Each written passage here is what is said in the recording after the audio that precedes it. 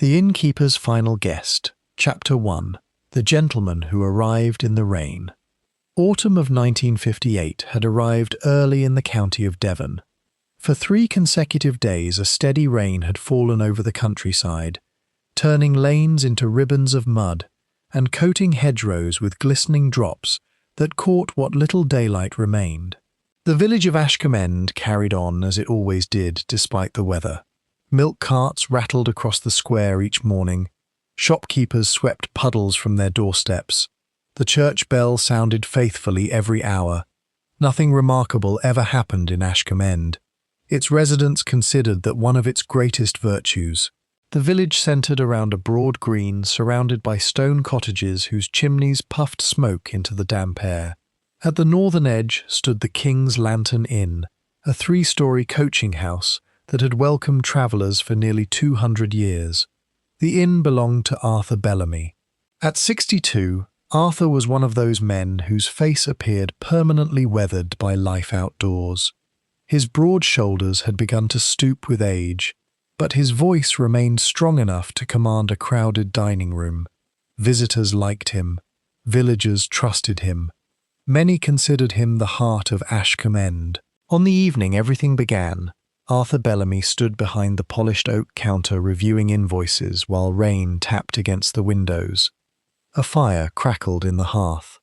Only 4 guests occupied the dining room. A travelling salesman named Colin Mercer sat near the fireplace reading a newspaper. 2 cyclists from Exeter shared a meal near the far wall. An elderly woman worked patiently on a piece of embroidery. Arthur glanced toward the clock. Nearly 8 o'clock. The weather had discouraged travellers all day. He expected no further arrivals. Then the front door opened.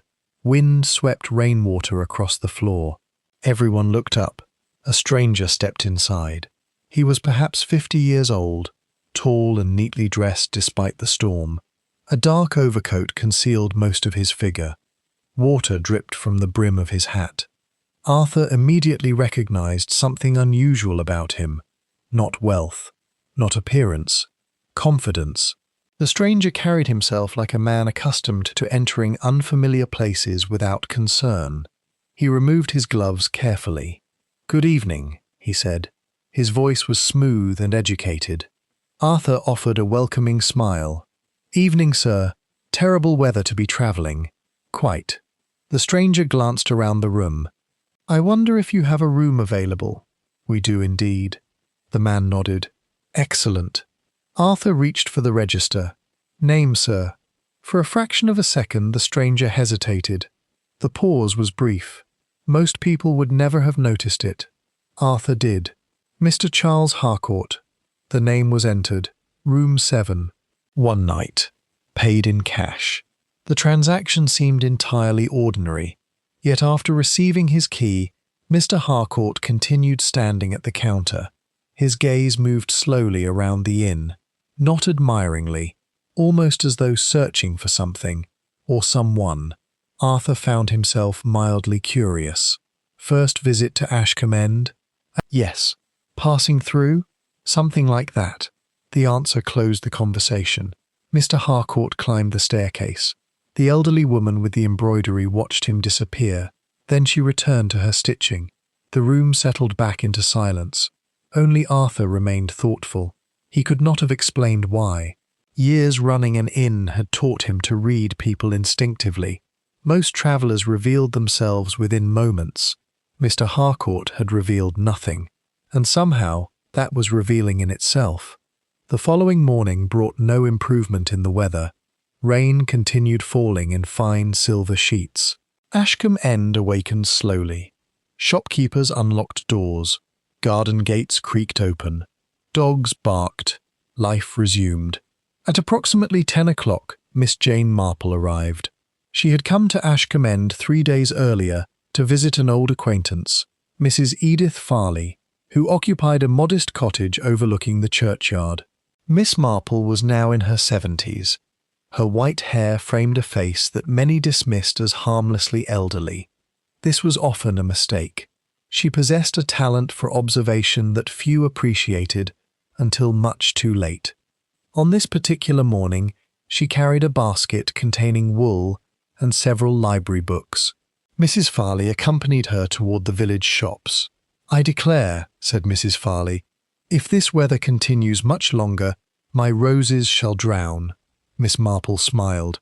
"Plants often survive conditions that surprise us. Human beings are generally less resilient." Mrs. Farley laughed. "That sounds rather ominous." "Oh, merely an observation." They paused outside the bakery. Across the road stood the King's Lantern Inn. Several villagers gathered beneath its awning, speaking animatedly. Mrs. Farley lowered her voice. "Something has happened. In English villages, groups formed unexpectedly only when something unusual had occurred." The two women crossed the road. A familiar face emerged from the crowd. Dr. Leonard Pierce, Ashcombe End's physician. He looked troubled. "Good morning," he said. "What is it?" asked Mrs. Farley. The doctor hesitated. "Arthur Bellamy has died." Silence followed. Even the rain seemed distant. Mrs. Farley stared. "Died? Early this morning. But I saw him yesterday. So did half the village. What happened?" Dr. Pierce removed his spectacles. His expression remained unsettled. "That is precisely the difficulty." Within an hour, news had spread through every lane and cottage. Arthur Bellamy was dead. The beloved innkeeper had been discovered in his office shortly after dawn. No sign of violence, no obvious illness, no warning, simply dead. The villagers struggled to comprehend it. By midday, dozens of theories circulated. Some claimed his heart had failed. Others suggested a stroke. One woman insisted he had complained about headaches. Another remembered him appearing unusually tired. Each theory grew more certain as it passed from one person to another. Miss Marple listened quietly. Gossip fascinated her, not because it was accurate, quite the opposite. False assumptions often revealed more than facts. That afternoon, she accompanied Mrs. Farley to the village tea room. Every table buzzed with discussion. At one nearby table sat Mrs. Doreen Webb. She leaned forward conspiratorially. "I heard he argued with someone." "Who?" asked another woman. "A visitor." "What visitor?" "A gentleman staying at the inn." "Well, there you are." "There we are what?" "The explanation." Mrs. Webb frowned. "I haven't the faintest notion what the explanation is." The others nodded as though this made perfect sense. Miss Marple concealed a smile behind her teacup. Human beings dearly loved conclusions. Evidence often arrived later, if at all. Meanwhile, events at the King's Lantern had taken a troubling turn. Inspector Malcolm Henshaw arrived from Exeter shortly after noon. A practical man in his 40s, Henshaw disliked speculation. He preferred facts. Unfortunately, facts were scarce. Arthur Bellamy's body remained in a small upstairs office overlooking the rear courtyard. The doctor had already examined him. Something bothered him, something enough to delay certification of a natural death. Henshaw stood beside the desk reviewing notes. "What exactly concerns you?" he asked. Dr. Pierce folded his arms. "I cannot identify a cause." "Heart attack?" "Possibly." "You don't sound convinced." "I'm not." The inspector glanced toward the body. "What about poison?" The doctor shook his head. "No obvious indications." "No signs of struggle?" "None." Henshaw sighed. Murders were difficult enough. Possible murders disguised as natural deaths were considerably worse. A constable entered. "Sir?" "Yes?" "The guest." "What guest?" "The gentleman from room 7. Inspector Henshaw looked up sharply. "The one who arrived yesterday?" "Yes, sir." "Where is he?" The constable swallowed. "He appears to have left." "Left?" "Before dawn." The room became very quiet. Henshaw slowly set down his notebook. "Did anyone see him go?" "No, sir." The inspector stared through the rain-streaked window. The timing felt unfortunate. Perhaps coincidental. Perhaps not. "What name?" The constable consulted the register. "Charles Harcourt." Inspector Henshaw's expression hardened. "Find him." That evening, Miss Marple sat beside Mrs. Farley's fireplace, knitting a blue scarf. The room glowed with warmth. Rain drummed softly outside. Mrs. Farley shook her head. Poor Arthur, such a decent man. Indeed. And now they say the police are involved. Yes. Do you think something dreadful happened? Miss Marple continued knitting. Her needles clicked steadily.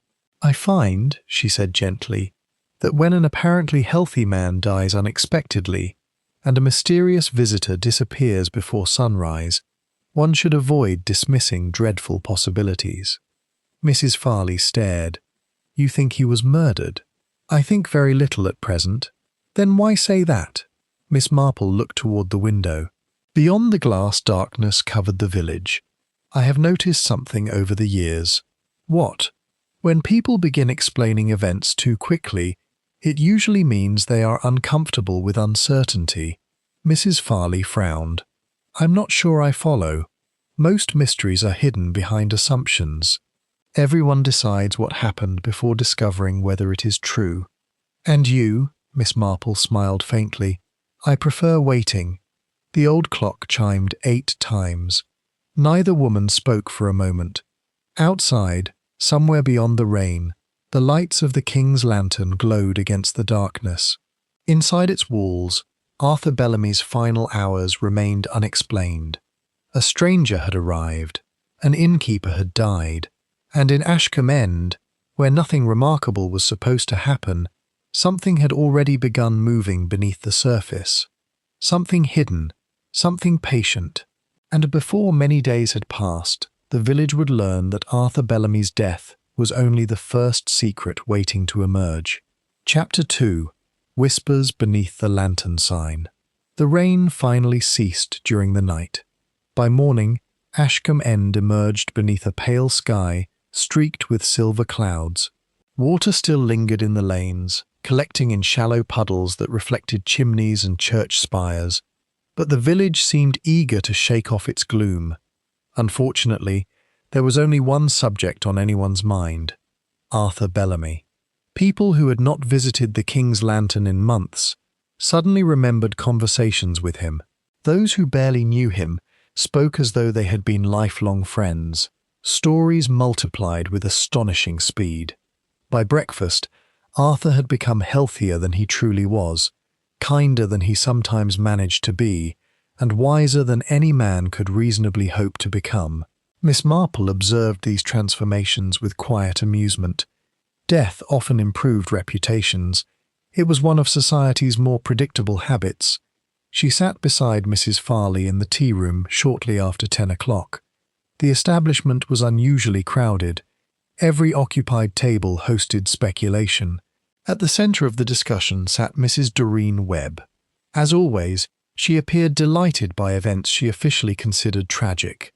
I tell you, she announced, lowering her voice only slightly, that gentleman must be involved. Several listeners nodded.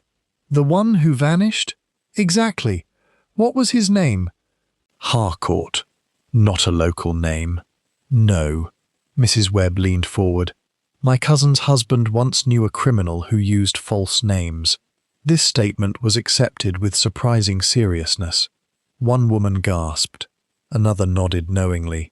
A third immediately repeated the story to a neighbouring table. Miss Marple stirred her tea. Human beings possessed an extraordinary ability to build castles from pebbles. Mrs. Farley glanced at her. You don't agree? I rarely agree with conclusions reached before evidence. But surely the man is suspicious. Possibly. Then again, perhaps not. Mrs. Farley laughed softly. You always manage to make certainty sound foolish. My dear Edith, certainty usually accomplishes that itself. Inspector Malcolm Henshaw was having a difficult morning. He occupied a temporary office inside the village council building. A stack of witness statements covered his desk. Unfortunately, they contradicted one another. One villager claimed Arthur had appeared cheerful. Another described him as anxious. One guest remembered seeing Charles Harcourt reading near the fire. Another insisted he spent most of the evening outside. Everyone seemed confident. No two accounts matched. Henshaw rubbed his forehead. The constable entered carrying fresh notes. More statements, sir. Wonderful. The constable hesitated. You don't sound pleased. That is because each new statement introduces 3 additional possibilities. He accepted the papers. Any progress locating Harcourt? None. Address? False. References? None. Payment? Cash. The inspector exhaled heavily. The stranger appeared increasingly convenient as a suspect. Too convenient. That bothered him. Real investigations seldom arranged themselves so neatly. Meanwhile, events at the inn were attracting considerable attention. Guests arrived not for accommodation, but for curiosity. They wished to see the place where Arthur Bellamy had spent his final hours. The inn's daily operations now rested largely upon the shoulders of his niece. Clara Bellamy was 36 years old and had helped manage the establishment for nearly a decade. She possessed practical intelligence, calm manners, and a remarkable ability to continue working despite personal distress. Miss Marple met her that afternoon. The encounter occurred entirely by chance. At least it appeared to. Miss Marple was examining jars of marmalade in the village grocer's shop when Clara entered carrying a basket. The younger woman looked exhausted. Dark circles framed her eyes, yet she maintained composure. Mrs. Farley introduced them. Miss Marple is visiting from St. Mary Mead. Clara smiled politely. I've heard the name. Miss Marple inclined her head. Your uncle was greatly respected. He was. The answer came softly. I imagine these last days have been difficult. Clara nodded. Rather. Something flickered across her face. Not grief exactly. Something more complicated. Miss Marple noticed it immediately. Years of observation had taught her that sorrow rarely travelled alone. Fear often accompanied it. So did guilt, or worry, or secrets. Was your uncle concerned about anything recently? Miss Marple asked. Clara hesitated. The pause lasted only a moment. No, then she added, nothing unusual. The addition interested Miss Marple far more than the denial.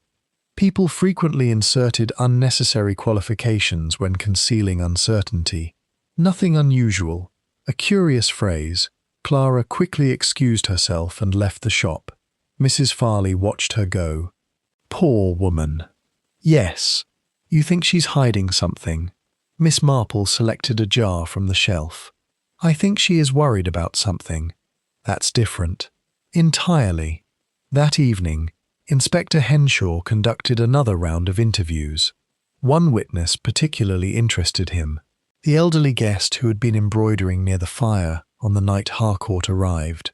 Her name was Mrs. Winifred Pritchard. She possessed excellent hearing, despite her age, and a memory sharp enough to discomfort younger generations.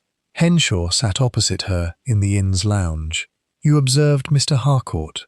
Certainly. What impression did he make? Mrs. Pritchard adjusted her spectacles. He was nervous. The inspector looked up. Most people describe him as confident. Both can be true. Explain. He behaved like a man attempting to appear confident. That answer captured Henshaw's attention. Interesting. Mrs. Pritchard nodded. He entered calmly enough, but he kept watching the door. The door? Repeatedly. Waiting for someone? Possibly. What else? She thought carefully. He recognized Arthur Bellamy. The inspector straightened. Recognized him? Without question. How can you know? Because I was watching. Her tone suggested this should be obvious. He looked directly at Mr. Bellamy before approaching the counter. And? There was surprise. On whose face? Both. The inspector reached for his notebook. This was the first genuinely useful observation he had heard all day. Did they speak privately? No, but they knew each other? Mrs. Pritchard folded her hands. I cannot prove that. You suspect it? I do. The inspector thanked her and departed. For the first time since arriving in Ashcombe End, he felt he might be moving towards something substantial.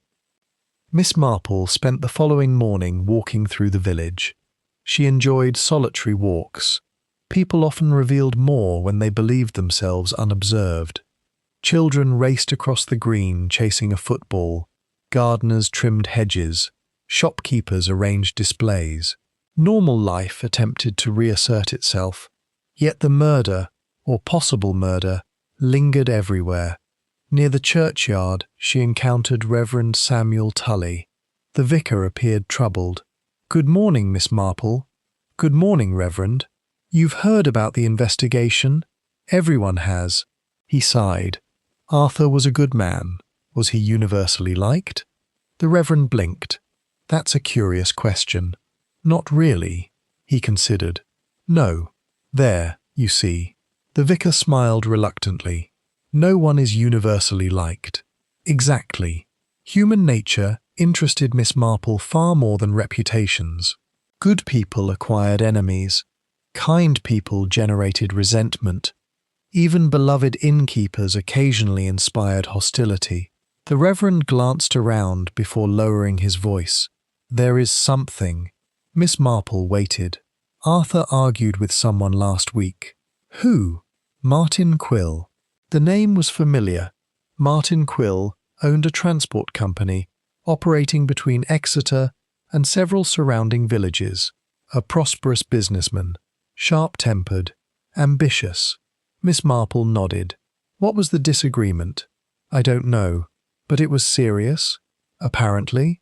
That information settled quietly into Miss Marple's mind. Another piece, not yet connected, still valuable. Later that afternoon, Inspector Henshaw received a report from Exeter. The telegram arrived shortly before 4. He read it twice, then a third time. His expression darkened. The constable noticed immediately. "What is it, sir?" The inspector handed over the paper. The constable read. A moment later, his eyes widened. "Good Lord!" The telegram concerned Charles Harcourt. Or rather, the lack of Charles Harcourt. No such individual matching the description could be located. No records, no known address, no employment history, nothing. It was as though the man had materialized from the rain and vanished again before sunrise. The inspector stared out the window. The situation was becoming increasingly troubling. A dead innkeeper, a disappearing guest, a false identity. And now another discovery. The handwriting in the inn register appeared different from the signature on the payment receipt. Subtly different. Enough to suggest deliberate alteration. Someone had been concealing who they really were. The question remained painfully simple. Why? That evening Miss Marple sat knitting beside Mrs. Farley's fireplace once more. The flames flickered warmly. Outside, the wind had returned. Mrs. Farley looked up from her book. "You've been thinking all evening." "Have I?" "Very noticeably." Miss Marple smiled. "I was considering inns." "Inns?" "Yes. That seems an odd subject." "Not really."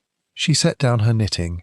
"If a stranger travels across the country during dreadful weather, chooses a specific inn, uses a false name, and disappears before dawn, one must ask why that particular inn mattered." Mrs. Farley frowned. "Perhaps it was coincidence." "It could be." "You don't believe so." Miss Marple looked thoughtfully into the fire. "No." "What do you believe?" For several moments she remained silent. Then she answered, "I believe Mr. Harcourt came to Ashcombe End for Arthur Bellamy." The room grew still. Mrs. Farley stared. "And Arthur ended up dead?" "Yes. You think they knew one another?" "I think that possibility deserves attention." The old clock ticked steadily. Neither woman spoke. At last Miss Marple picked up her knitting again. Her hands moved calmly. Yet behind her gentle expression, a particular memory lingered. A detail so small that everyone else had ignored it. A detail concerning the inn register. Most people focused on the false name. Miss Marple had focused on something else. Something written directly beneath it. A single number. Room 7. And for reasons she could not yet explain, that number troubled her greatly. Before long, she intended to discover why. Chapter 3. The Secret of Room 7. The following morning dawned brighter than any Ashcombe End had seen for nearly a week. Sunlight touched the rooftops and church spire. Villagers emerged gratefully from their homes. Laundry appeared in gardens. Children resumed games abandoned during the rain. At first glance, life seemed determined to return to normal. Yet beneath the village's ordinary routines, curiosity continued to grow. Arthur Bellamy's death remained unexplained. The mysterious guest had vanished, and whispers followed every conversation. Miss Marple spent the morning tending a collection of late chrysanthemums in Mrs. Farley's garden. Gardening, she often remarked, provided opportunities for thought. Plants demanded patience. So did mysteries. She was trimming a faded blossom when a voice called from the gate. "Miss Marple?" She looked up. Inspector Malcolm Henshaw stood there. The sight surprised Mrs. Farley considerably. Inspectors from Exeter rarely visited her garden. Miss Marple rose. "Good morning, Inspector." "Good morning." His expression suggested a man reluctant to ask for assistance, yet increasingly tempted to do so. Miss Marple had encountered such expressions before, quite often. "I hope I'm not interrupting." "Not at all." The inspector removed his hat. "I wondered if I might speak with you." Mrs. Farley immediately found a reason to return indoors. She possessed many admirable qualities. Discretion was not always among them, but she understood when conversation might prove interesting. Within minutes, Miss Marple and Inspector Henshaw sat beneath a small apple tree. The inspector got directly to the point. "You've been asking questions. People enjoy talking, especially in villages. Particularly in villages." He almost smiled. Then his serious expression returned. "What do you make of this business?" Miss Marple folded her hands. "That depends." "On what?" "Whether Arthur Bellamy was the intended victim." The inspector stared. That possibility had crossed his mind only briefly. "Go on." "The stranger interests everyone because he disappeared." "Naturally. Yet people assume his disappearance means guilt." "You disagree?" "I simply prefer alternatives." The inspector leaned forward. "What sort of alternatives?" "Perhaps he feared something." "Someone?" "Possibly." "Or perhaps he committed murder." "Perhaps." Miss Marple smiled gently. "The difficulty is that both theories currently fit the facts." The inspector nodded reluctantly. She was correct. That was precisely the problem. Later that day, Henshaw turned his attention toward Martin Quill. The transport company owner occupied a large brick house near the edge of the village. Success had treated him well. His motorcars were newer than anyone else's. His suits cost more. His confidence was impossible to miss. Martin Quill greeted the inspector politely enough, but impatience lurked beneath the surface. "I've already answered questions. I have a few more." The businessman sighed. "Very well." The interview took place in a study lined with books that appeared largely decorative.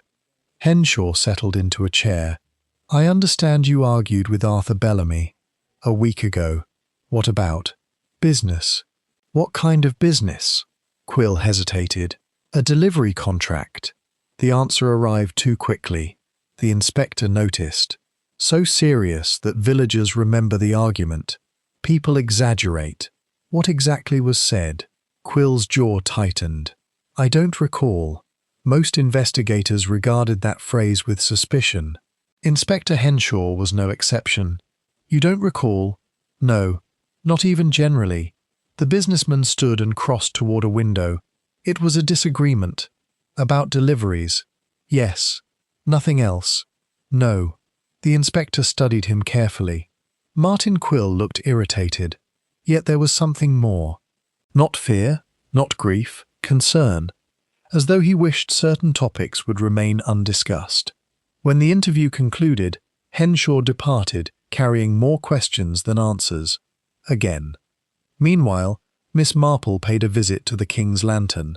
The inn had regained some of its usual activity. Travellers came and went. Meals were served. Rooms were occupied. Yet an uneasy atmosphere lingered. Arthur Bellamy's absence could be felt everywhere. Clara Bellamy welcomed Miss Marple warmly. "You'd like tea? If it's no trouble."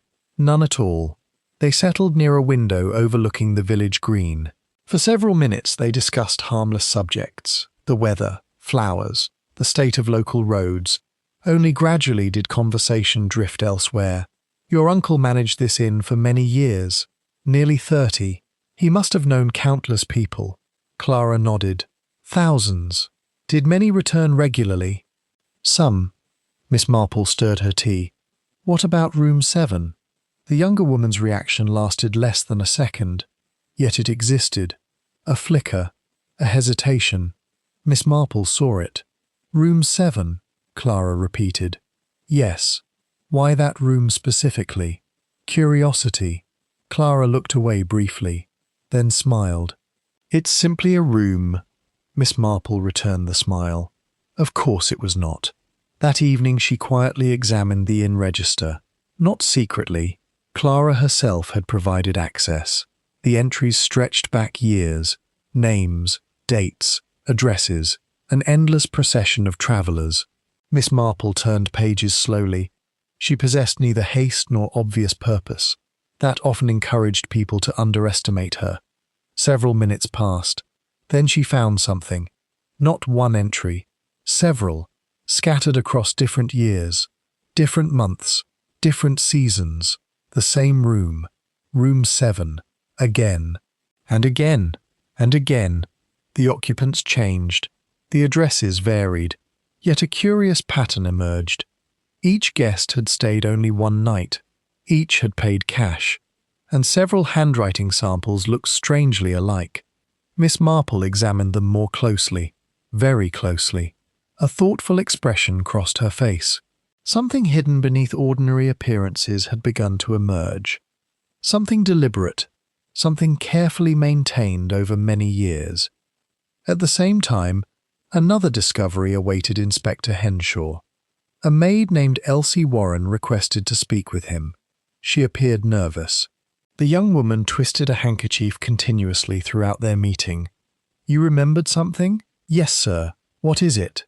She swallowed. The morning Mr. Bellamy died. Go on. I arrived early. How early? About 6. The inspector nodded. Continue. I saw someone. Immediately his attention sharpened. Who? I don't know. A man? Yes. At the inn? No, sir. Where then? Behind it. The inspector reached for his notebook. Describe him. He wore a dark coat. Anything else? She frowned. No. Did you see his face? Not clearly. What was he doing? The maid hesitated. I think he came from the rear entrance. The inspector's pencil stopped moving. The rear entrance? Yes. Before Arthur's body was discovered? Yes, sir. A silence followed. This mattered. Very much. Because only a handful of people possessed legitimate reasons to use that entrance before dawn. And none had reported doing so. Did he see you? I don't think so. What happened then? He walked away toward the lane. Quickly? Very. The inspector thanked her. Once she left, he remained seated for several minutes. Someone had been at the inn before the death became public. Perhaps before the body was discovered. The timing could not be ignored. The following day brought another surprise. Dr. Leonard Pierce arrived carrying news. The preliminary medical findings had finally returned. Inspector Henshaw listened carefully. Well? The doctor closed the door. It wasn't natural. Henshaw stared. For a moment, neither man spoke. Then the inspector rose slowly from his chair. You're certain? Reasonably. What killed him? The doctor took a breath. Suffocation. The word settled heavily into the room. No marks? Very few. No signs of struggle? None significant. How? We don't yet know. Inspector Henshaw walked toward the window. Outside, villagers crossed the square unaware of the conversation taking place. Arthur Bellamy had not died peacefully. Someone had killed him, deliberately, carefully, quietly. The investigation had become a murder inquiry, and somewhere in Ashcombe End, the killer continued daily life as though nothing had happened. That afternoon, the news spread. Shock rippled through the village. People who had preferred simpler explanations now found themselves confronting a darker reality. Murder belonged in newspapers, not Ashcombe End, certainly not the King's Lantern. The tea room buzzed louder than ever. The post office became a gathering place. Even church volunteers discussed little else. Suspects multiplied rapidly. The vanished guest, Martin Quill, travellers, business rivals, former employees, strangers, neighbours. Everyone possessed a theory. No one possessed proof. Miss Marple listened patiently, as always. By evening she returned to Mrs. Farley's cottage carrying several thoughts she preferred not to share. One thought in particular troubled her. After supper she sat quietly beside the fire. Mrs. Farley watched her. "You've discovered something, perhaps. You always say that when you've discovered something." Miss Marple smiled. "Do I? Yes. What is it?" The old lady gazed thoughtfully into the flames. "Room 7. Mrs. Farley blinked. "Again?" "Yes. Why?" Miss Marple remained silent for a moment. Then she answered carefully, "Because people often create habits without realizing how revealing they are." "I don't understand." "Most secrets require repetition." Mrs. Farley frowned. That explanation clarified nothing. Miss Marple continued, "Someone used room 7 repeatedly over many years. Who? I don't yet know. Why?" "That," said Miss Marple quietly, "is the question that may explain Arthur Bellamy's murder." The fire crackled softly. Outside, darkness settled over Ashcombe End once more.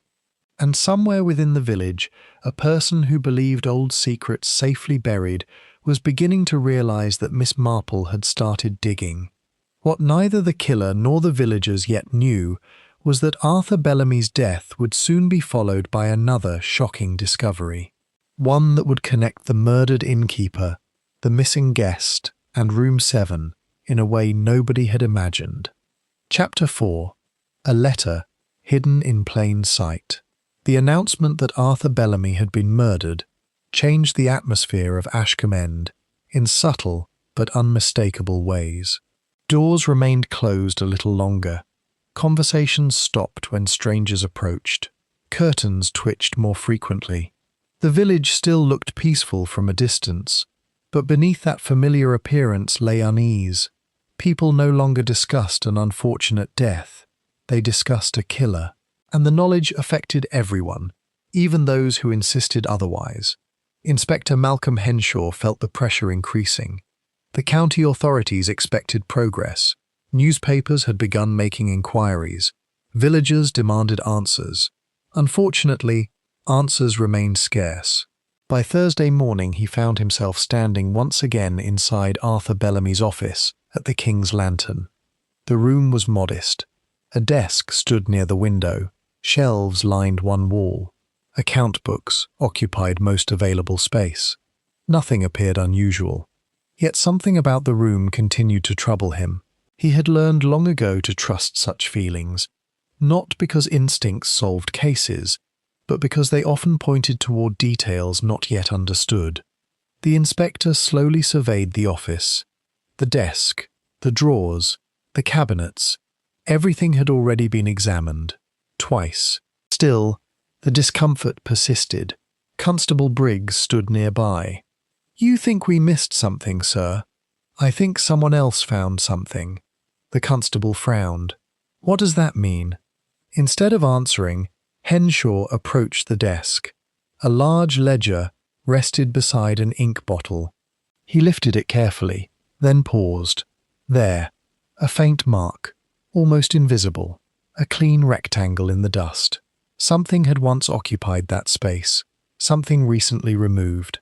The inspector's expression hardened. "Briggs, sir, ask Clara Bellamy to join us." Minutes later, she entered the office. Her composure remained admirable, though fatigue lingered around her eyes. "You wanted me?" Henshaw pointed toward the desk. "Was there normally something here?" She looked. For a moment, nothing happened. Then recognition appeared. "Yes." "What?" "A wooden document box." "When did you last see it?" Clara thought carefully. "The day before Uncle died." The inspector exchanged a glance with the constable. "You're certain?" "Quite certain." "What was inside?" "I don't know." "You never looked?" "No." The answer sounded truthful, perhaps frustratingly so. Did your uncle keep it locked? Always. And now it's gone. Clara nodded slowly.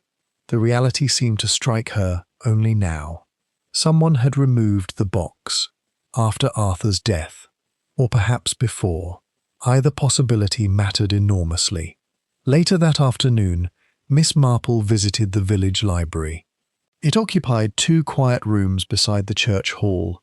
The librarian, Mrs. Hester Boone, possessed an encyclopedic knowledge of local history and a profound distrust of disorder.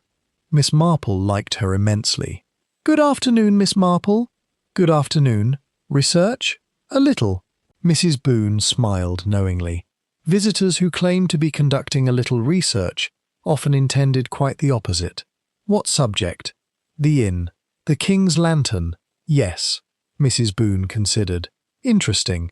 Within minutes, several old parish directories and local records appeared on a reading table. Miss Marple settled comfortably and began turning pages. Hours passed. Outside, clouds drifted across the sky. Inside, silence reigned. Names emerged from the past. Former innkeepers, merchants, travellers, village councils. Nothing seemed remarkable. Then Miss Marple found an entry from 1946. She read it twice. Then once more. A faint smile touched her lips. Not triumph, recognition. The sort that occurs when 2 previously unrelated facts suddenly meet. The entry concerned a charity committee that had organised relief efforts after the war. Among those listed were Arthur Bellamy and a man named Thomas Redfern. The name meant nothing immediately. Yet Miss Marple marked it carefully, because she had encountered it elsewhere. Not in village records. In the inn register. Room 7. Several times. Always under different names. But one signature shared peculiar similarities with another. Enough similarities to interest her. Now she had a real name. Or perhaps the beginning of one. That same evening, Inspector Henshaw received another visitor, Mrs. Winifred Pritchard, the observant guest from the night of Harcourt's arrival. She entered carrying a handbag and an expression suggesting unfinished business. I remembered something. The inspector gestured toward a chair. "Please sit." She remained standing. "This won't take long." "What is it?" "The stranger." "Harcourt, if that was his name." The inspector waited. Mrs. Pritchard opened her handbag and withdrew a folded piece of paper. "I found this inside a novel I purchased from the inn's reading room." Henshaw accepted it. The paper appeared old, folded many times, yellowed slightly. Not recent. His attention sharpened immediately. "What is it?" "A letter." "Addressed to whom?" "No one." The inspector unfolded it carefully. The handwriting was neat, deliberate. The date caught his eye first. March 1948. Several years earlier, he began reading. Halfway through, his expression changed. By the end, he looked genuinely startled. "Where exactly did you find this?" "Inside a book." "What book?" "The Moonstone." The inspector stared at the letter. The contents were brief, yet deeply significant.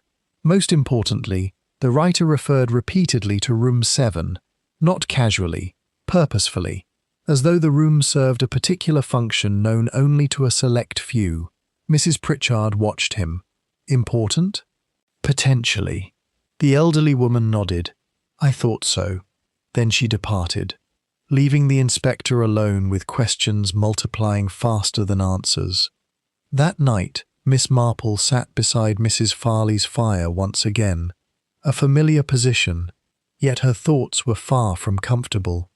She held an old notebook on her lap. Several names filled its pages: Arthur Bellamy, Charles Harcourt, Thomas Redfern, Martin Quill, others. Connections slowly emerged. Not enough for certainty, but enough for direction. Mrs. Farley glanced over her spectacles. "You've discovered something." Miss Marple laughed softly. "My dear Edith, one of these days I shall begin pretending ignorance simply to avoid that observation.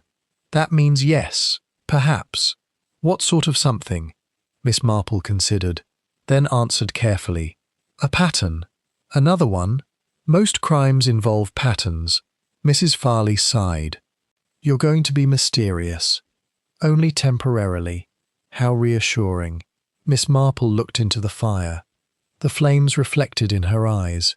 You know, she said thoughtfully, villages possess long memories. They do, yet they also forget remarkably convenient things. What have we forgotten? Not we. Miss Marple adjusted her knitting. Someone. Who? That remains to be seen. She fell silent again, but her thoughts returned to the same troubling idea. Suppose room 7 had not merely been a guest room. Suppose it had served another purpose entirely. A meeting place. A hiding place. A point of contact. Suddenly many peculiar details seemed less peculiar, and Arthur Bellamy's behaviour before his death acquired a new significance. Someone had come looking for something. Someone had removed a locked document box. Someone had used a false name. None of those facts existed independently. They belonged together. She was becoming increasingly certain of it. The following morning brought the most startling development yet. Shortly after dawn, a farm labourer named Dennis Pike arrived at the police station. He appeared shaken. Mud covered his boots. His face looked unusually pale. Inspector Henshaw received him immediately. What is it? The young man swallowed. I found something. Where? In the old quarry. The inspector's expression changed instantly. What sort of something? Dennis hesitated, then spoke. A suitcase. The inspector waited. And? There was a name inside. What name? The labourer's voice dropped. Charles Harcourt. Silence filled the room. For several seconds nobody moved. Then Henshaw rose. Show me. An hour later the inspector stood beside the abandoned quarry outside the village. The suitcase rested on a blanket near the edge. Weather-stained, partially concealed beneath brush. Someone had clearly intended it to remain undiscovered. Henshaw knelt beside it. Inside lay clothing, personal items, several papers, and one astonishing revelation. The documents did not belong to Charles Harcourt, because Charles Harcourt did not exist. The real owner was another man entirely. A man with a history, a man connected to events stretching back years, a man who, according to official records, should not have been in Ashcombe at all. As Inspector Henshaw studied the papers, he realized the investigation had just entered an entirely new phase. The missing guest was no random traveller. He had come to the village for a reason, a very specific reason. And somewhere hidden within Arthur Bellamy's past lay the explanation. The same explanation Miss Marple suspected that would eventually reveal the murderer. For the first time since Arthur's death, the shadows surrounding the case had begun to thin. Unfortunately, what waited beyond them appeared far more dangerous than anyone expected. Chapter 5. The Man Without a Name. The discovery of the suitcase transformed the investigation overnight. Until now, Inspector Malcolm Henshaw had been chasing a shadow, a man who arrived in the rain, a false name, a vanished guest. At last, there was something tangible. The suitcase sat on a table inside the council building, while officers catalogued its contents. Every item received careful attention. Every scrap of paper was examined. Every label, receipt, and note was preserved. By mid-morning, Henshaw had assembled a clearer picture of the mysterious visitor, and the picture surprised him. The man calling himself Charles Harcourt was actually named Thomas Redfern. The name immediately struck a chord, not because Henshaw recognized it personally, but because he had encountered it recently, in connection with Arthur Bellamy. The same name Miss Marple had uncovered in village records. The same name appearing in documents from 1946. The same name somehow linked to Room 7. Coincidence was becoming increasingly unlikely. Henshaw leaned back in his chair and reread the papers. Thomas Redfern, age 53, former accountant, resident of Bristol, no criminal record, no known history of violence, no obvious reason to hide his identity. Yet he had done exactly that. Why? The inspector tapped a pencil against the desk. People lied about who they were for many reasons. Debt, fear, embarrassment, blackmail, but rarely without purpose. And Thomas Redfern had travelled a considerable distance to reach Ashcombe End. He had not come accidentally. He had come seeking Arthur Bellamy. That much now seemed beyond dispute. The question was whether he had found what he wanted, or whether what he found had gotten him into trouble. Shortly after noon, Inspector Henshaw paid a visit to Miss Marple. This was not something he would have admitted to colleagues in Exeter. Officially, he was gathering information. Unofficially, he had begun to appreciate her observations. Miss Marple received him warmly. Mrs. Farley, sensing an interesting conversation, immediately volunteered to bake scones. No one doubted she would spend the next hour listening from nearby rooms. The inspector explained the discovery. "Thomas Redfern," said Miss Marple thoughtfully. "So the name means something to you." "It might. You've heard it before." "Yes." She described her findings in the library. The charity committee records Arthur Bellamy's involvement, Redfern's presence. The inspector listened carefully. When she finished, he nodded. Then they knew one another. "I believe so," which raises another question. "Several. Why use a false name?" Miss Marple smiled. "Perhaps because he wanted to speak to Arthur Bellamy privately. That doesn't require deception." "No. Then what does?" Miss Marple folded her hands. "Fear." The word lingered between them. The inspector considered it. Fear explained many strange decisions. More than greed, more than anger, certainly more than coincidence. "Fear of whom?" he asked. Miss Marple looked toward the garden. "That is precisely what interests me." Later that day, Henshaw interviewed Clara Bellamy again. This conversation proved more productive than previous attempts. Whether from exhaustion or growing trust, Clara seemed less guarded. The interview took place in the inn's private sitting room. Rain clouds drifted overhead, though the weather remained dry. The inspector began gently. "Did your uncle ever mention Thomas Redfern?" The reaction was immediate, not dramatic, not theatrical, but unmistakable. Recognition flashed across her face. "There," said Henshaw quietly. "You know the name." Clara looked down. For several moments she said nothing. Then she sighed. "Only a little. Tell me." She hesitated. "My uncle received letters." "What sort of letters?" "I never read them." "From Redfern?" "I believe so." "How often?" "Every few months." The inspector's attention sharpened. "Recently?" "Yes." "Did Arthur discuss them?" "Never." "Did he hide them?" A faint pause. "Not exactly." "Then," Clara searched for the right words, "he seemed concerned by them." "Concerned?" "Not angry, not frightened. Concerned." The distinction mattered. "What did he do with the letters?" Clara frowned. "There was a box." The inspector sat forward. "The document box?" "Yes." A silence followed. The same locked box that had vanished from Arthur's office. The same box someone had apparently removed after his death. Henshaw felt the pieces shifting, not fitting, not yet, but moving. That evening Miss Marple made a discovery of her own. She had borrowed several old guest registers from storage at the inn. Most people found them unbearably dull. Miss Marple found them fascinating. Human beings revealed remarkable things through routine. She sat beside a lamp, turning pages one at a time. Names, addresses, dates, years passed beneath her fingertips. Then she found something. Not a name, an absence. She examined the register again, then a second time. Finally she smiled, a small smile, the sort that appeared when a theory survived contact with evidence.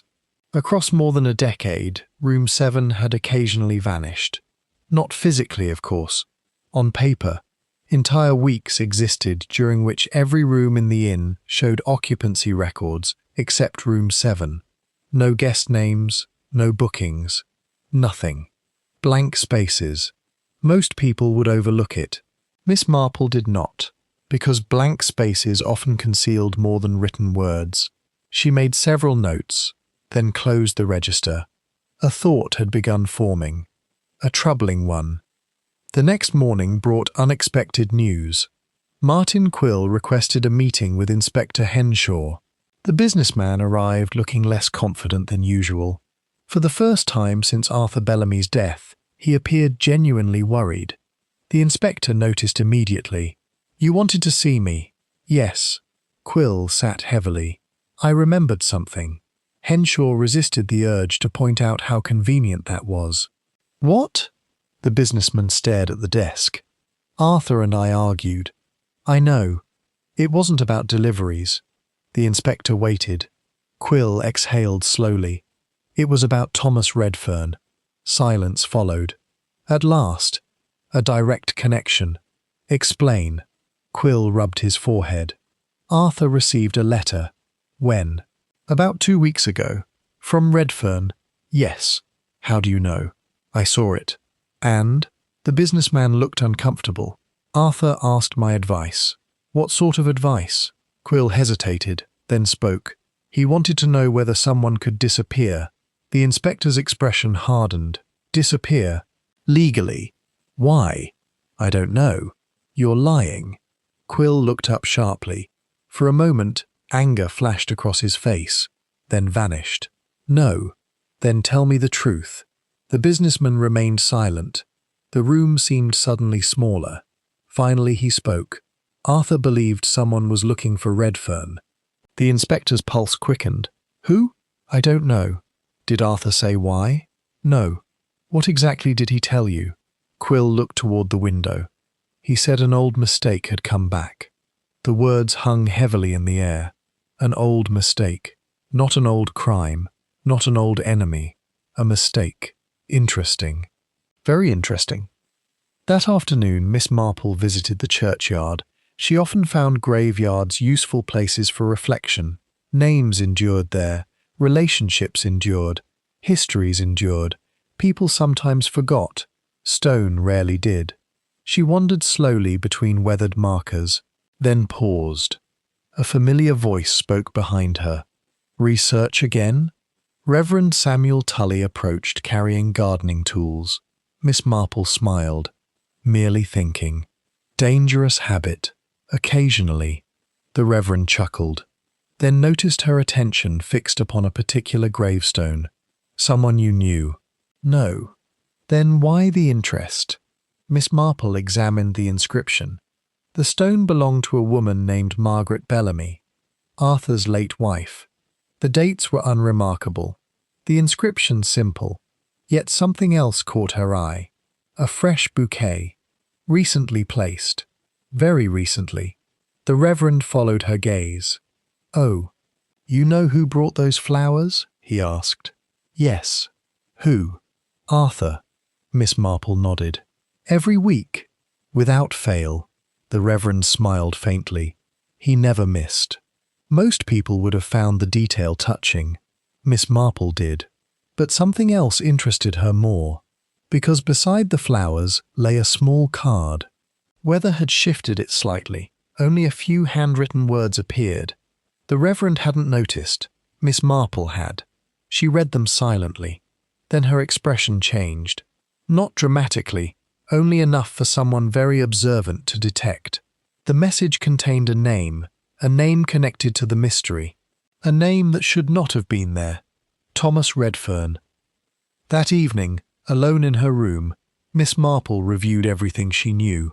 Arthur Bellamy, Thomas Redfern, Room 7, the missing document box, the false identity, the old letters, the mysterious weeks when the room disappeared from records. And now the note left among fresh flowers. At last a possibility emerged. A possibility she found both surprising and deeply human. People often imagined mysteries were built from complexity. Most were not. Most were built from loyalty, from affection, from fear, from promises made long ago. And suddenly Miss Marple wondered whether Arthur Bellamy's greatest secret had not been what he was hiding. But whom? If she was correct, Arthur had spent years protecting someone, perhaps decades. And if that person had finally returned to Ashcombe End after all these years, the consequences might explain everything, or almost everything, because one crucial question remained unanswered. If Thomas Redfern had come to see Arthur Bellamy, where was Thomas Redfern now? For despite the suitcase, despite the documents, despite the evidence of his presence, no one had actually seen him leave Ashcombe End, and Miss Marple was beginning to suspect there might be a very good reason for that. Chapter 6. The Guest Who Never Departed. By the beginning of the following week, Ashcombe End had settled into an uneasy routine. People still visited the bakery, the church bell still rang, deliveries still arrived. Yet every ordinary activity seemed accompanied by a second, silent conversation. Who killed Arthur Bellamy? And where was Thomas Redfern? The two questions followed villagers everywhere, at breakfast tables, in shop queues, outside the post office, inside the tea room. The mystery had become part of daily life. Miss Marple noticed something else as well. People had unconsciously divided themselves into camps. Some believed Thomas Redfern was a murderer who had fled. Others believed he was frightened and hiding. A few thought him dead. Most simply repeated whichever theory they had heard most recently. Miss Marple, however, found herself returning to a troubling observation. No one had actually witnessed Redfern leaving Ashcombe End. People assumed he had. That was quite different. Assumptions had a way of becoming facts if repeated often enough. She had seen it happen countless times, and it almost always led investigators astray.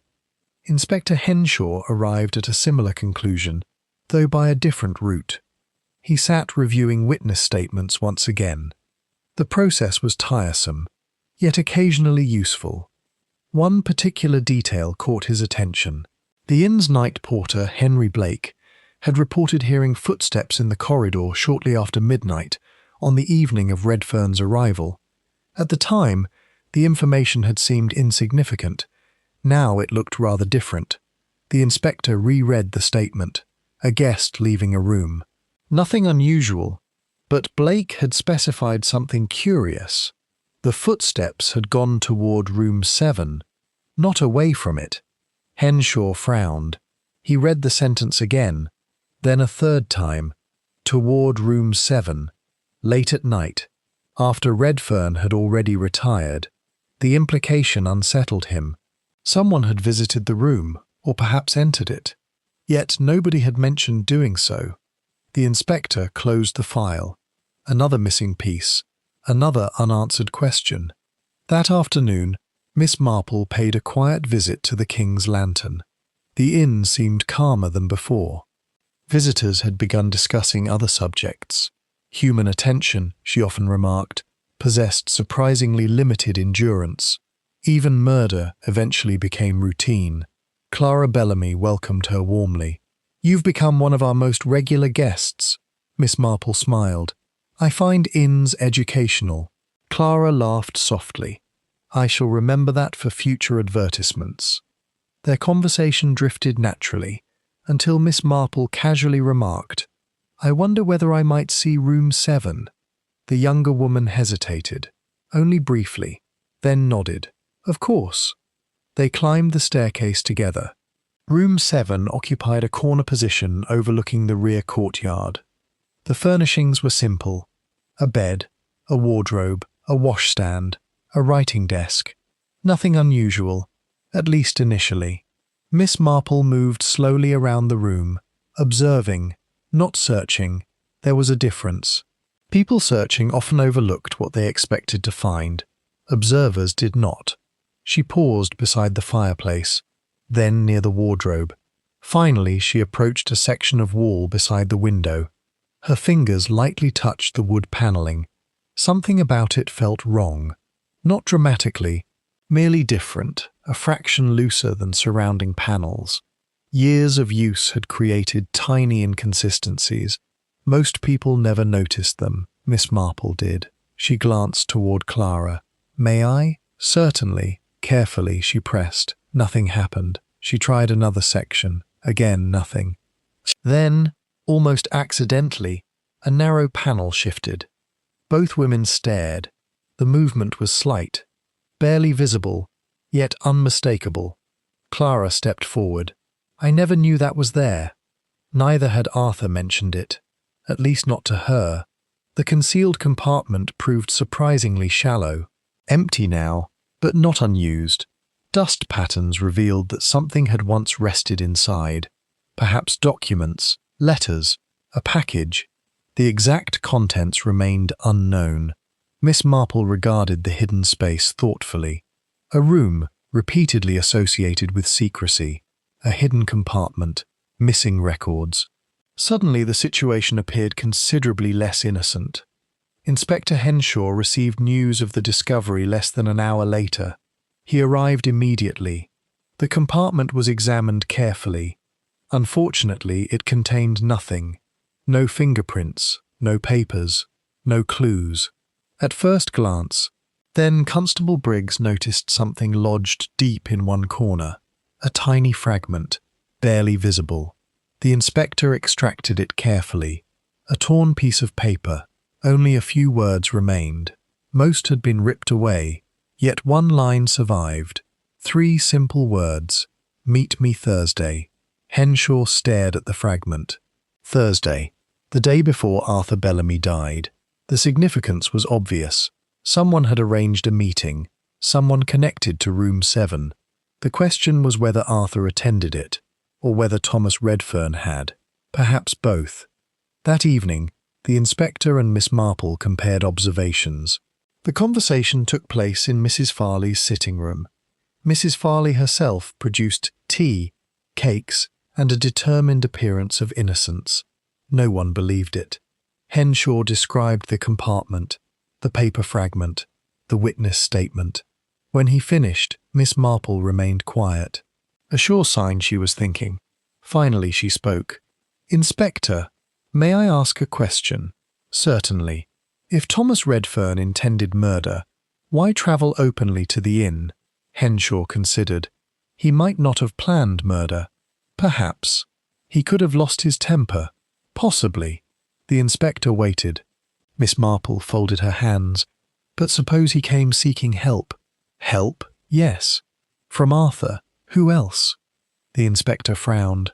That possibility had crossed his mind before, yet he had dismissed it. Now he reconsidered. "Go on." "Arthur received letters." "Yes." "He kept them locked away." "Yes." "He appears to have protected Redfern for years." The inspector nodded slowly. Miss Marple continued.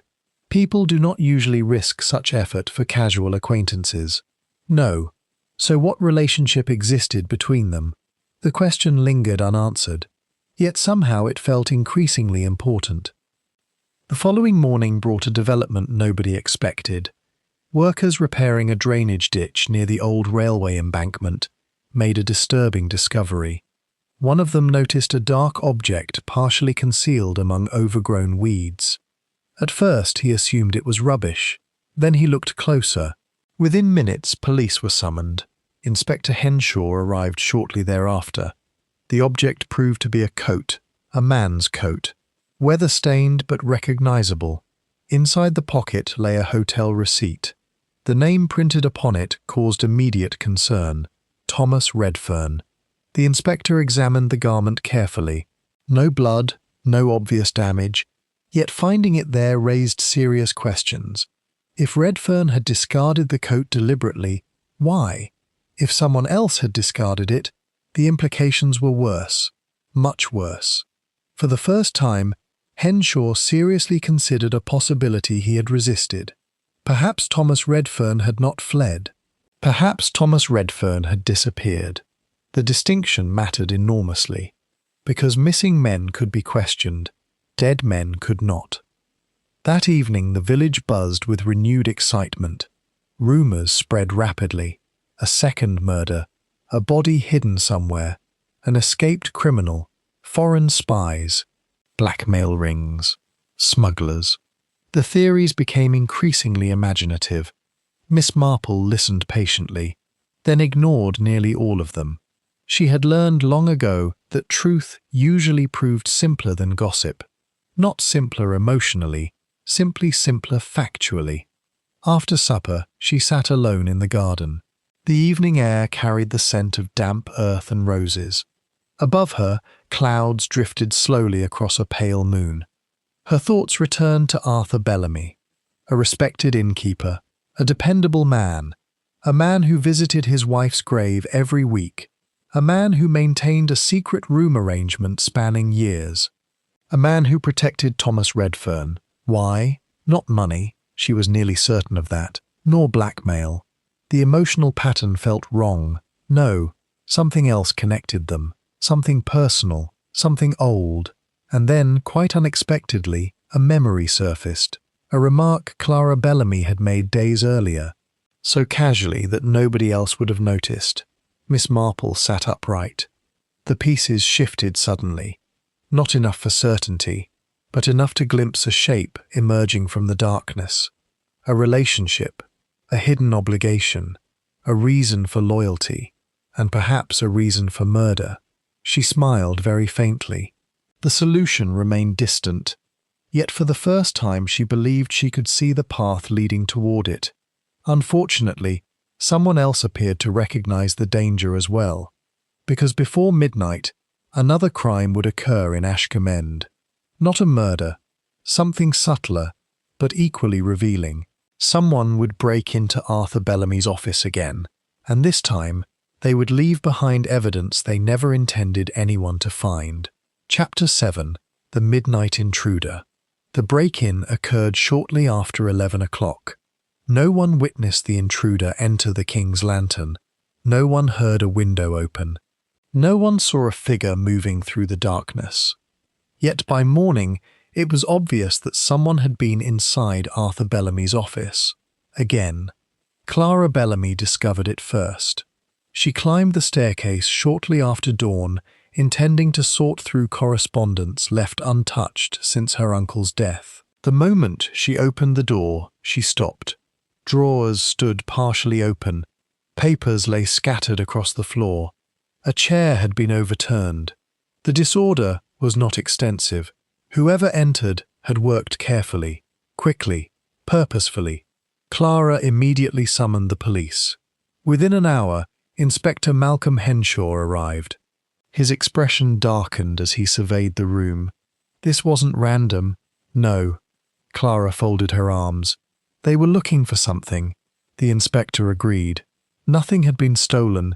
Money remained untouched. Valuable items remained exactly where they belonged. The intruder had sought a particular object, and apparently failed to find it. That interested Henshaw enormously, because desperate searches usually indicated desperation, and desperate people made mistakes. This time, the mistake appeared almost immediately. Constable Briggs discovered it near the desk. At first glance it seemed insignificant, a small smear on the polished wood, nothing more. Then he looked closer. "Sir," Henshaw approached. "What is it?" The constable pointed. The mark appeared dark brown, not ink, not dirt.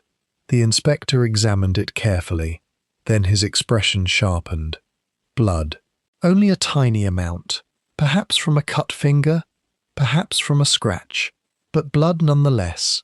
For the first time since Arthur Bellamy's death, the killer, or someone connected to the killer, had left behind physical evidence. Not enough to identify anyone, yet enough to prove something important. The intruder had been nervous, hurried, distracted. People searching calmly rarely injured themselves. News of the break-in spread rapidly through Ashcombe End. Predictably, speculation exploded. Some villagers claimed the murderer had returned. Others insisted hidden treasure must be involved. One particularly imaginative theory involved wartime espionage. Mrs. Doreen Webb became its most enthusiastic supporter within 20 minutes. Miss Marple listened politely, then changed the subject. Theories interested her only when supported by behavior. Human nature rarely lied. People did. Repeatedly. Human nature seldom did. That afternoon she paid another visit to the inn. Clara greeted her with visible relief. "I'm beginning to dread surprises." Entirely understandable, the younger woman sighed. I keep asking myself what Uncle was hiding. Miss Marple studied her carefully. There was genuine sorrow there. But now something else had emerged. Confusion, perhaps even betrayal. People often felt betrayed by secrets kept for protective reasons. The intention mattered little. The secrecy remained. Did Arthur ever mention children? Miss Marple asked suddenly. Clara blinked. Children? Yes. My uncle never had any. You're certain? Of course. The certainty arrived quickly. Too quickly. Miss Marple merely nodded. I see. But privately she was less certain. Much less. Later that afternoon she visited the church records office. The Reverend Samuel Tully proved helpful as always, though slightly bewildered. Birth records? He asked. Yes. From how far back? About 30 years. The Reverend raised an eyebrow. Miss Marple smiled pleasantly. Experience had taught her that people often stopped asking questions when she smiled pleasantly. An hour later she sat surrounded by old registers. Dust floated through shafts of sunlight. Pages crackled softly beneath her fingertips. Names appeared.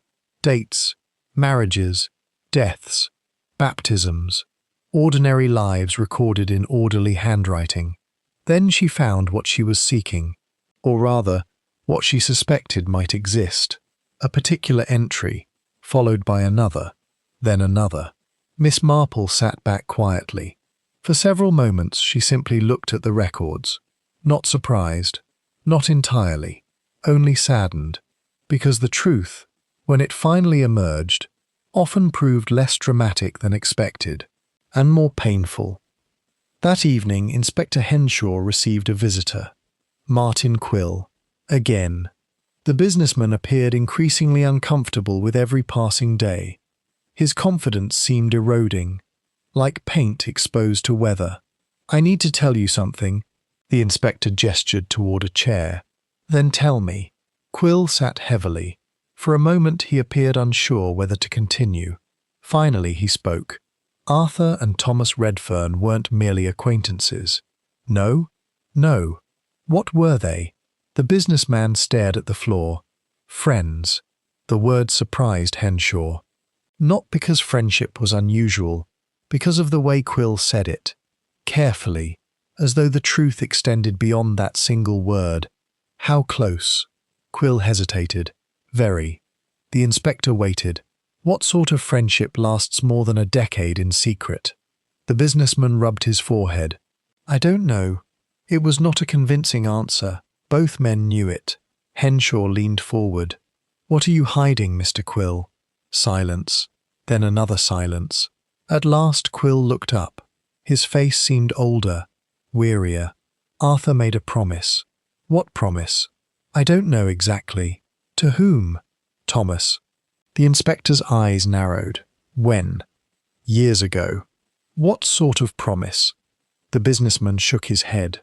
I wish I knew. And for once, Henshaw believed him. That night, Miss Marple sat beside her bedroom window. Moonlight illuminated the garden below. The village slept, or pretended to. Her notebook lay open on her lap. Names filled its pages. Connections, observations, questions. One by one she reviewed them. Arthur Bellamy, Thomas Redfern, Room 7, the missing box, the hidden compartment, the letters, the break-in, the promise. At last she reached a conclusion. Not regarding the murderer, not yet, but regarding the relationship between Arthur and Thomas. She was now almost certain she understood it, and once understood, many other mysteries became clearer. Arthur Bellamy had not been protecting a criminal, nor a business partner, nor a blackmailer. He had been protecting a secret, a human secret, the sort that altered lives, the sort that created loyalty powerful enough to survive decades. Miss Marple closed the notebook. A sad expression crossed her face. She had seen similar situations before, in St. Mary Mead, in neighbouring villages, in families determined to preserve appearances. The details changed. Human nature rarely did. The following morning brought another surprise. A young constable arrived carrying a package recovered from the inn grounds. The object had been discovered beneath a hedge near the rear courtyard, apparently discarded during the night. Inspector Henshaw opened it carefully. Inside lay several old letters, weathered but intact. Dozens of them. Every letter bore the same two names: Arthur Bellamy, Thomas Redfern.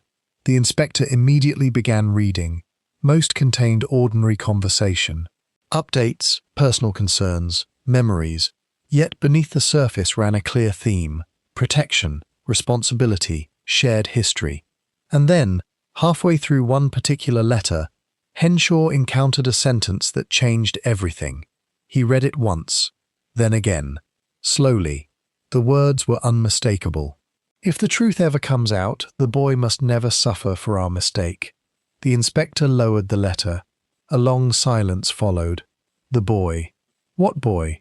Which mistake? And why had someone gone to such lengths to recover these letters? Because whoever had searched Arthur's office had clearly been looking for them. The question was why. The inspector gathered the correspondence carefully. For the first time, he felt genuinely close to understanding the secret Arthur Bellamy had protected. Yet understanding the secret and identifying a murderer were not necessarily the same thing. In fact, they might prove entirely different matters. Because as Miss Marple was beginning to suspect, Arthur Bellamy had not died simply because of the past. He had died because someone feared what the past was about to reveal.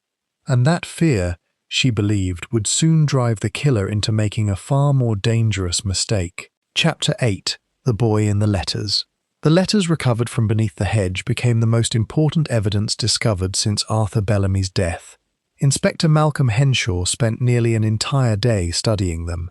Not because they directly named a murderer, they did not. Nor did they contain threats, confessions, or obvious criminal activity. Their importance lay elsewhere, in what they revealed about Arthur Bellamy and Thomas Redfern. For years, the two men had maintained a private correspondence. The tone varied from letter to letter, sometimes practical, sometimes affectionate, sometimes anxious.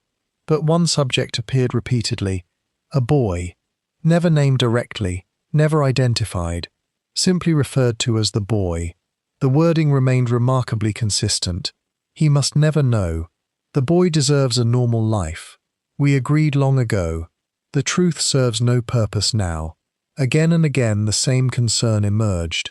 Protection, concealment, responsibility. The inspector sat staring at the papers. One conclusion seemed unavoidable. Arthur and Thomas had shared responsibility for a secret involving a child, or a young man who had once been a child. A secret important enough to preserve for decades. The question was why. That afternoon, Inspector Henshaw sought out Miss Marple. She listened quietly while he summarized the contents of the letters. When he finished, she remained silent for several moments. Then she asked, "How old are the earliest letters?" "About 28 years. Interesting." The inspector frowned. "You sound as though you've already guessed something." "Possibly. Would you care to share it?" Miss Marple smiled. "Not yet." Henshaw sighed. He had expected that answer. "At least tell me whether I'm moving in the right direction." "You are." "Toward what?" Miss Marple folded her hands. "Toward a family matter." The inspector stared. A family matter. The phrase seemed absurdly ordinary considering the circumstances. Murder, false identities, hidden compartments, secret correspondence. Yet somehow he suspected she might be correct. Family matters had caused surprisingly large disasters throughout history. Meanwhile, Martin Quill was becoming increasingly uneasy. Several villagers noticed. Even those normally oblivious to such things, he appeared distracted, impatient, frequently lost in thought. Employees reported that he snapped at minor mistakes. Customers found him unusually abrupt. More than once he seemed startled when Arthur Bellamy's name arose in conversation. The changes did not escape Miss Marple's attention. Human beings revealed themselves most clearly under pressure, and pressure was mounting. She encountered Quill outside the post office late one afternoon. The conversation began innocently enough. "Good afternoon, Mr. Quill. Miss Marple? Lovely weather." "Yes." The answer arrived automatically. His thoughts were elsewhere. Miss Marple continued pleasantly. "I was speaking with Reverend Tully earlier." Something flickered across Quill's face. Only briefly, yet it appeared. Interesting. Very interesting. "The Reverend? Yes. What about?" "Oh, old parish records." The businessman became noticeably still, a tiny reaction, almost invisible, yet impossible for Miss Marple to miss. She smiled warmly, then wished him a pleasant day. After he departed, she remained standing for several moments, watching, thinking, certain now that Martin Quill knew considerably more than he admitted. That evening Miss Marple returned to the church records. This time she worked with a purpose. The previous day's discovery had suggested a possibility. Now she intended to test it. The records stretched back decades.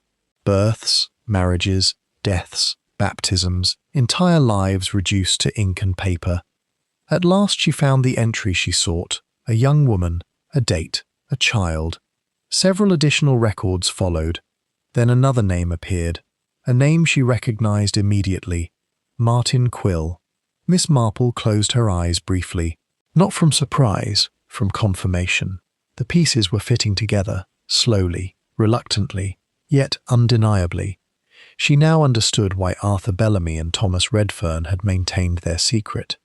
She understood why someone feared exposure, and she understood why certain people behaved as they did. Unfortunately, understanding created a new problem. The motive for murder had just become dramatically stronger. The following morning brought a significant development. Clara Bellamy requested a private meeting with Miss Marple. They sat together in a quiet corner of the inn's dining room. The younger woman looked troubled. More troubled than before. "There is something I haven't told anyone." Miss Marple waited patiently. People revealed secrets in their own time. Pressure rarely helped. Clara clasped her hands tightly.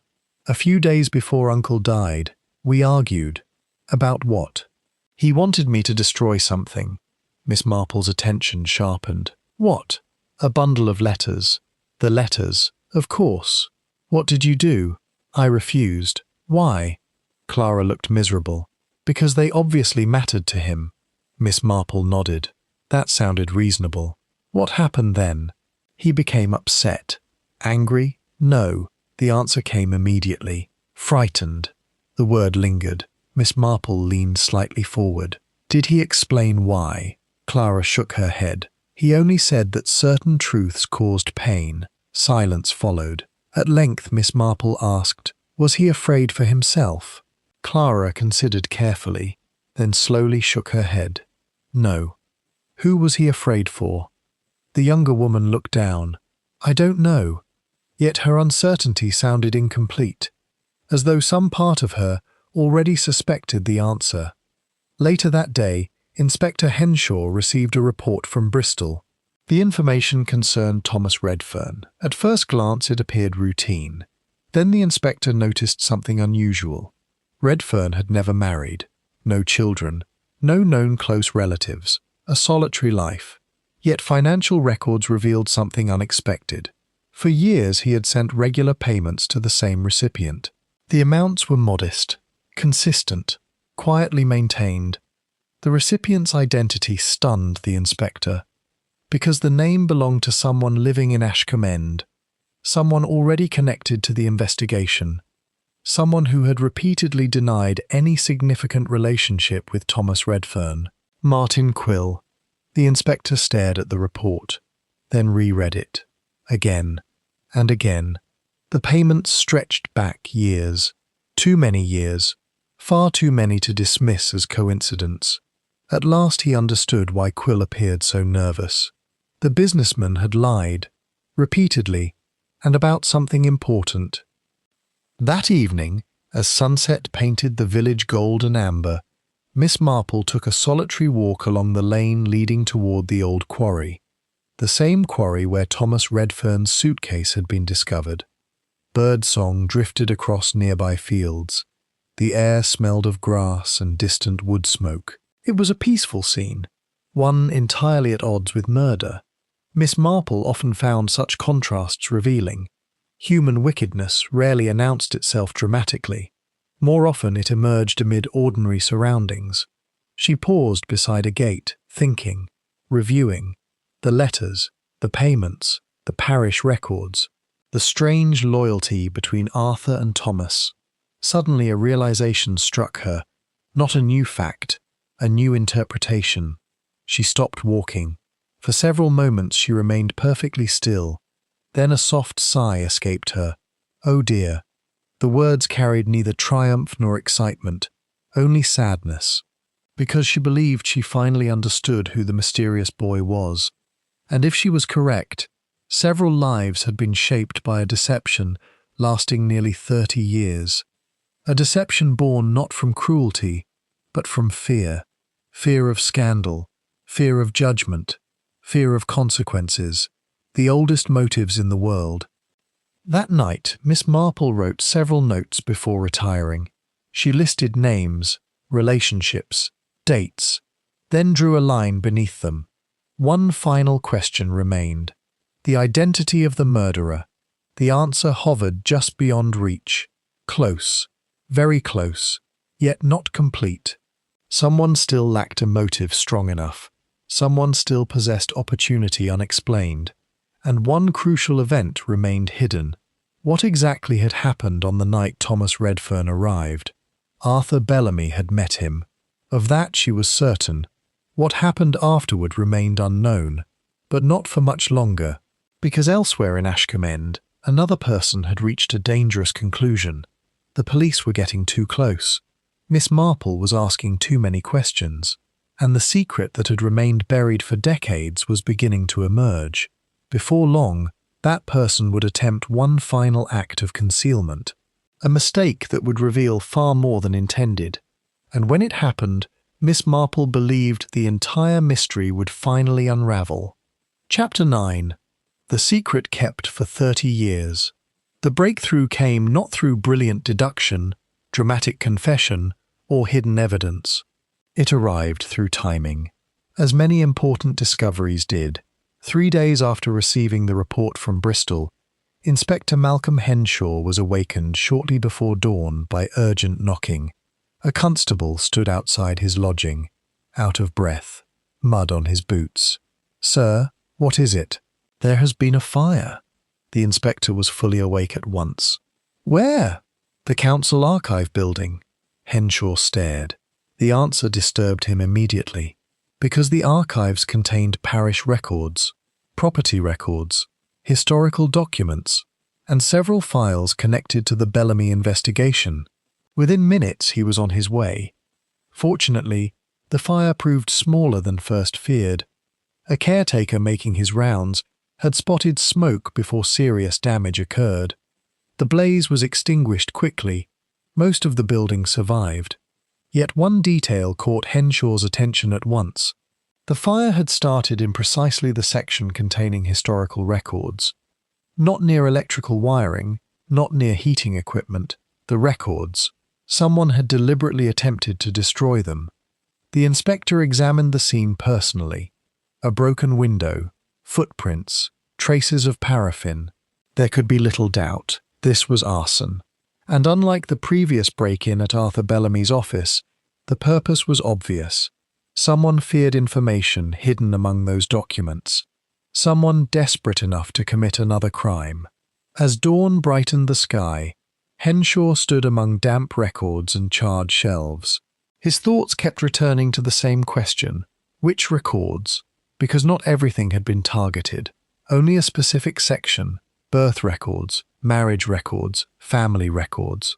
The realization struck him almost immediately. The mystery was indeed a family matter, exactly as Miss Marple had suggested. By mid-morning, Inspector Henshaw sat across from Miss Marple in Mrs. Farley's sitting room. He described the attempted arson. Miss Marple listened quietly. When he finished, she nodded. Yes. The inspector blinked. Yes. I wondered how long it would take. You expected this.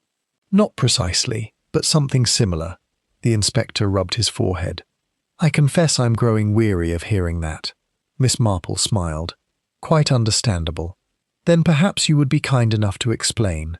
For several moments she studied the fire. Then she set down her teacup. I believe I know who the boy was. Silence followed. Mrs. Farley nearly dropped a biscuit. The inspector leaned forward. Who? Miss Marple folded her hands. Martin Quill. The room became very still. Henshaw stared. For once he found himself entirely speechless. Mrs. Farley recovered first. Martin Quill? Yes, but that's impossible. Not at all. The inspector found his voice. Explain. And Miss Marple did. Slowly, carefully, piece by piece. 30 years earlier, Ashcombe End had been a very different village. Smaller, more traditional, less forgiving, particularly regarding scandal. A young woman had become pregnant outside marriage. Nothing unusual by modern standards, a catastrophe by local standards. Miss Marple had encountered similar situations before. Families often responded with secrecy, desperation, arrangements. The child was born. Records were altered. Stories created. Appearances preserved. Life moved on, at least publicly. Yet certain people remained connected to the truth. Arthur Bellamy, Thomas Redfern, and a handful of others. The inspector listened intently. You're saying Martin Quill was that child? Yes. How do you know? Miss Marple smiled gently. The records. The ones someone attempted to destroy. Precisely. The inspector thought rapidly.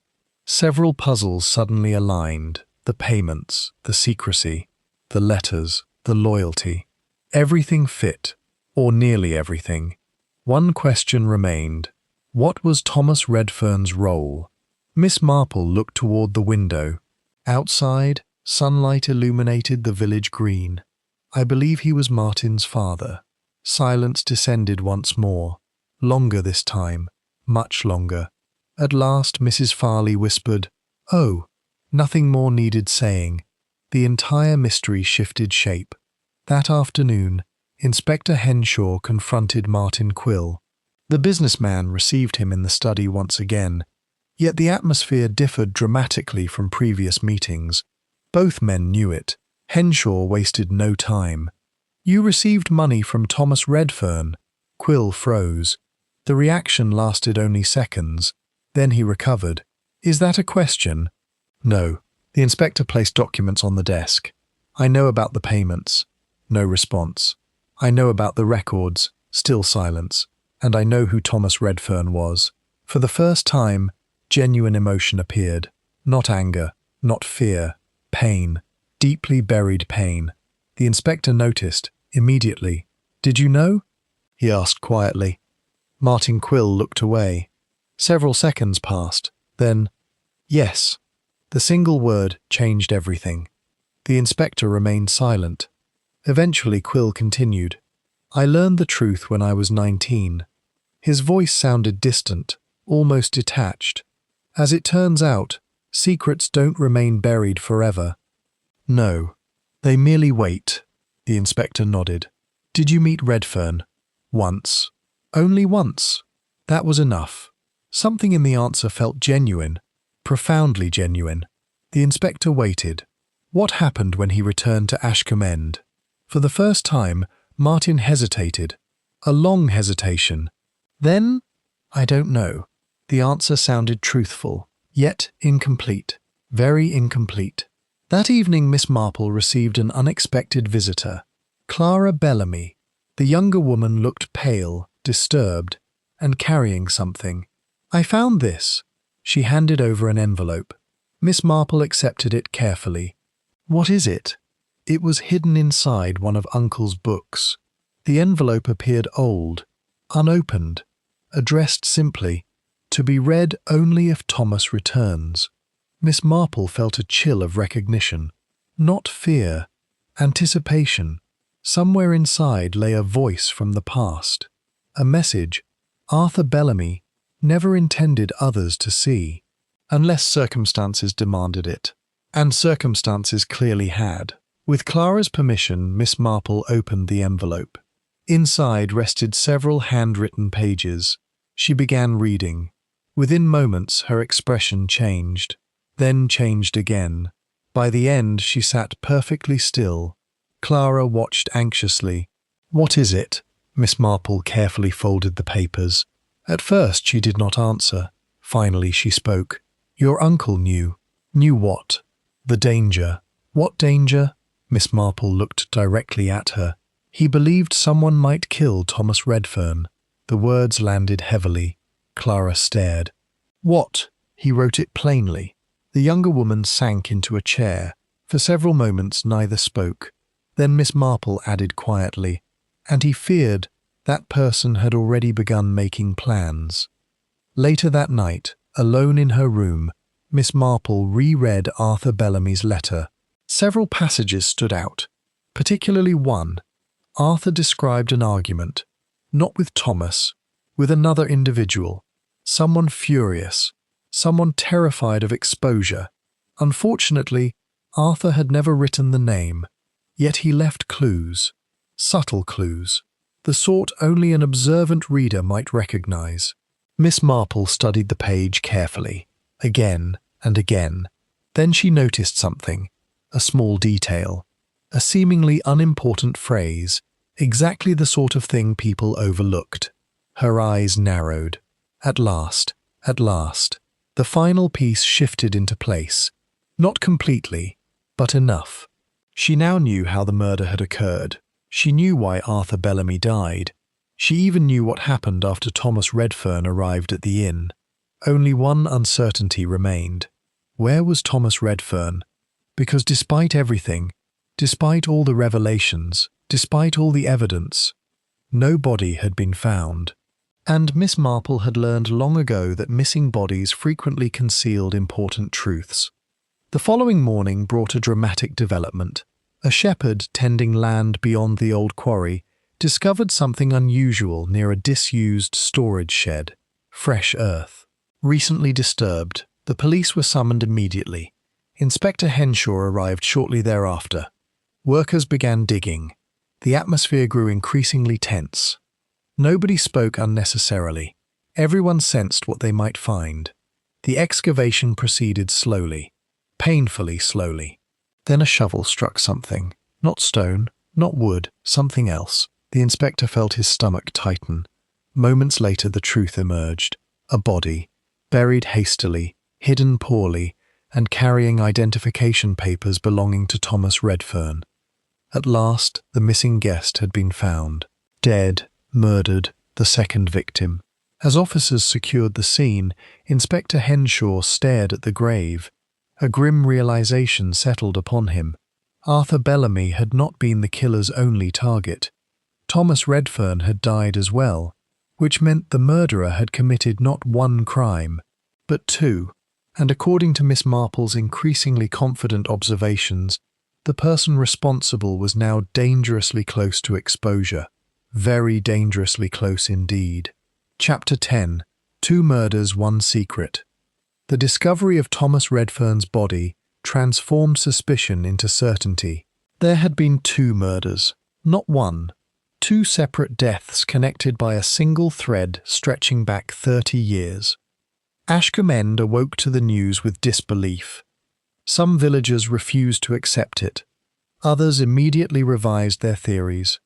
By lunchtime, nearly everyone possessed an opinion. Yet beneath the gossip lay genuine shock. Arthur Bellamy had been loved. Thomas Redfern, though largely unknown, had become a tragic figure, a man who returned seeking answers and never left alive. The mystery that had begun with a guest arriving in the rain had grown far darker than anyone imagined. Inspector Malcolm Henshaw attended the post-mortem examination personally. The results confirmed what he already suspected. Thomas Redfern had died on the same night Arthur Bellamy was murdered, within hours of each other, perhaps less. The cause of death differed, a blow to the head, delivered with considerable force. Afterward, The body had been concealed. The inspector stared at the report. 2 murders, 2 methods. Yet the connection seemed obvious. The killer had adapted to circumstances. Arthur's death had required silence. Thomas's death had required speed. Different methods, same purpose. Preventing something from becoming known. The question was no longer whether the murders were connected. The question was what exactly the killer feared. That afternoon, Miss Marple requested a private meeting with Inspector Henshaw. The invitation surprised him. The purpose astonished him. When he arrived at Mrs. Farley's cottage, Miss Marple was waiting beside the fireplace. Several notebooks rested on a small table. The inspector sat. "You've solved it." It was not a question. Miss Marple smiled faintly. "Almost. Almost. There remains one thing I need." "What?" "A reaction." The inspector sighed. He had expected something simpler. A reaction from whom? Miss Marple looked directly at him. The answer arrived quietly.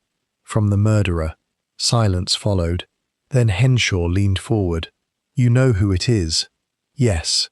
The inspector's pulse quickened. "Then tell me." Miss Marple shook her head. "Not yet." For a moment he contemplated objecting, then thought better of it. Experience had taught him that Miss Marple rarely withheld information without reason. "What do you need from me?" "A gathering." "A gathering?" "Yes." The inspector blinked. "A village gathering. That sounds remarkably theatrical." Miss Marple smiled. "I assure you, Inspector, I dislike theatrics intensely." "Then why?" "Because people reveal themselves when they believe a secret is about to emerge." The inspector considered, then nodded slowly. He understood, or thought he did. Preparations began immediately. Officially, the gathering concerned new developments in the investigation. Unofficially, it was a trap. The following evening, invitations were quietly delivered. Only a small group attended. Clara Bellamy, Martin Quill, Reverend Samuel Tully, Mrs. Winifred Pritchard, several others connected to the case. The meeting took place inside the dining room of the King's Lantern, a fitting location, the room where so many threads of the mystery converged. Rain tapped softly against the windows, almost as it had on the night Thomas Redfern arrived. The coincidence was not lost on Miss Marple, nor on the killer. Before the gathering began, Miss Marple reviewed events one final time. The truth had emerged gradually, painfully, yet now it appeared remarkably clear. 30 years earlier, Thomas Redfern had fathered a child. Scandal threatened, reputations trembled, families intervened. Arthur Bellamy helped arrange secrecy. Records were altered, stories invented. Martin Quill grew up unaware of the truth. Years passed, then decades. Eventually Martin learned who Thomas Redfern really was. Contact followed, letters, financial assistance, a cautious relationship, not close, not affectionate, yet real. Arthur Bellamy remained the guardian of the secret, the protector, the intermediary, the man keeping everything balanced, until Thomas Redfern returned and threatened that balance, not intentionally, but inevitably. The guests assembled shortly after 7. Conversation remained subdued. Everyone sensed significance. Inspector Henshaw stood near the fireplace. Miss Marple occupied a chair beside the window. The old lady appeared entirely harmless. As usual, appearances had misled many people before. Clara Bellamy sat quietly. Martin Quill remained standing. His expression was unreadable. At least he hoped it was. Miss Marple suspected otherwise. The room settled. Silence followed. Then she began, gently, without drama, without accusation, simply telling a story. "A long time ago," she said, "a mistake was made. No one interrupted. A human mistake. The sort people have been making for centuries." Her gaze moved slowly around the room. The consequences frightened many individuals. Still silence. So a secret was created. Martin Quill stared toward the floor. Miss Marple continued. "Arthur Bellamy helped preserve that secret. Not because he was dishonest by nature. Quite the opposite. He believed he was protecting people. Clara's eyes filled slightly. The description sounded exactly like her uncle. Miss Marple nodded. Years later, Thomas Redfern wished to change things. Inspector Henshaw watched carefully. Every face, every reaction, every movement. Miss Marple went on. He returned to Ashcombe End because he intended to tell the truth.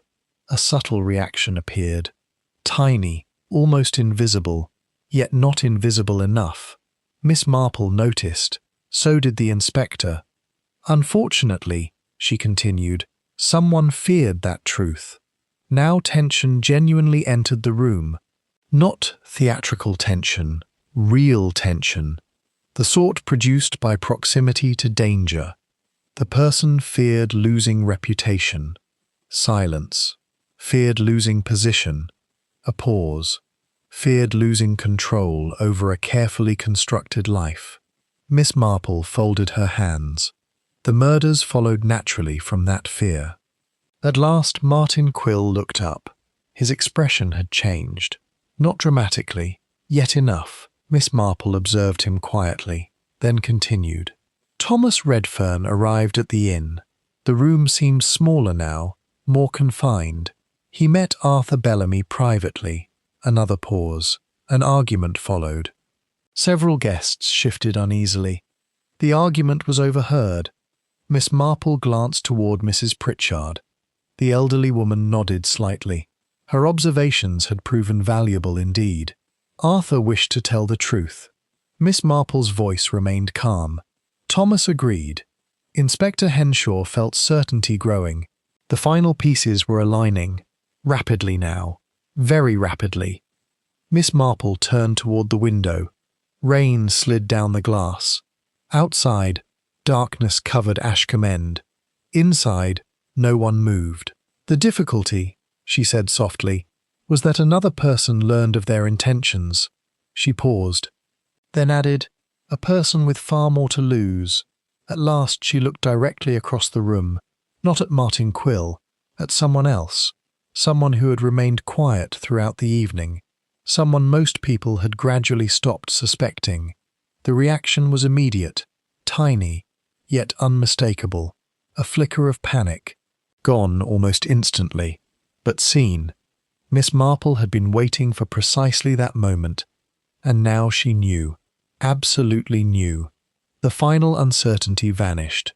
The trap had succeeded. The murderer had just revealed themselves, though nobody else in the room yet understood it, not even Inspector Henshaw. Not quite. The revelation itself would come next, and when it did, it would expose not only the killer, but the true meaning of Arthur Bellamy's final act of protection, a truth hidden for 3 decades, a truth worth killing to conceal, and a truth that, at long last, could remain buried no longer. Chapter 11. The Innkeeper's Final Guest. The silence that followed Miss Marple's final words did not last long. It never did. In rooms where truth had been carefully avoided for years, silence had a habit of collapsing under its own weight. Inspector Henshaw felt it first. A shift in atmosphere. Not dramatic. Subtle. A change in pressure. He looked across the room again, more carefully this time. Miss Marple sat perfectly still, her hands folded, her expression calm, almost gentle. Yet something about her stillness was different now, certain. The inspector followed her gaze. It rested, not on Martin Quill, but slightly beyond him, toward Clara Bellamy. Clara had gone very still, too still. Her face showed nothing at first glance, but her fingers betrayed her. They tightened around the edge of her chair, then relaxed, then tightened again. A small, involuntary rhythm of control. Henshaw's mind adjusted rapidly. No, that couldn't be right. And yet, Miss Marple spoke softly, I believe we are overlooking something quite important. Clara's head lifted slightly, not toward the inspector, toward Miss Marple. That alone confirmed it. Miss Marple continued, When people speak of secrets, she said, They often assume they are hidden in documents or locked boxes. Her voice remained conversational, almost mild. But the most effective secrets are not hidden in objects. A pause. They are hidden in relationships. The room felt tighter, as though the walls had moved inward. Inspector Henshaw slowly rose from his chair. Miss Marple. She did not look at him. Not yet. Her attention remained fixed. I think, she said gently, we should now discuss what Arthur Bellamy truly protected. Clara's breathing changed, just slightly, but enough, Miss Marple noticed. Arthur did not protect Thomas Redfern alone. A pause. He protected a child. Clara's eyes closed for a fraction of a second. That fraction was everything. Miss Marple's voice softened further. A child born from a mistake 30 years ago. A mistake that created a life someone else tried to bury in secrecy. The inspector felt something click into place, not fully, but enough to sense direction. Miss Marple turned slightly. Now she looked directly at Clara. And that child grew up believing a false version of their own history. A pause. Believing they had been abandoned in one way or another. Clara whispered, almost inaudibly, "No." The word was not denial. It was recognition. Miss Marple nodded once. Yes. The room seemed to stop breathing. Even the rain outside softened. Inspector Henshaw spoke slowly. "Clara?" Her name sounded different now, heavy with implication. Clara did not answer immediately. When she did, her voice was quiet. "I didn't mean for any of this." A collective intake of breath moved through the room. Martin Quill stared at her. Not with anger, not yet. With shock. Deep, unprocessed shock. Miss Marple remained composed. "I believe," she said, "we should now consider the events of that night." Her tone did not change. It never had. The night of Arthur Bellamy's death. Arthur Bellamy had received Thomas Redfern alone. That much was now clear. The argument had taken place in room 7. The hidden compartment suggested years of concealed communication.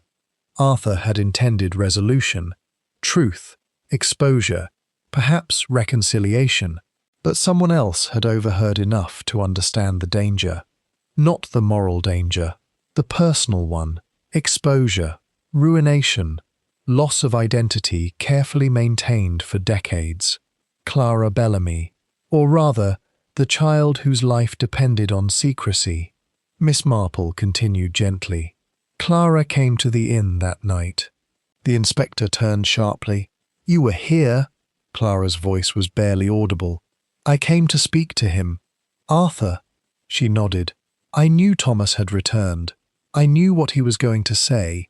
A pause. "I tried to stop it." Silence. Then Miss Marple added, almost sadly, "And Arthur Bellamy refused." Clara's hands trembled slightly. "He said it was time."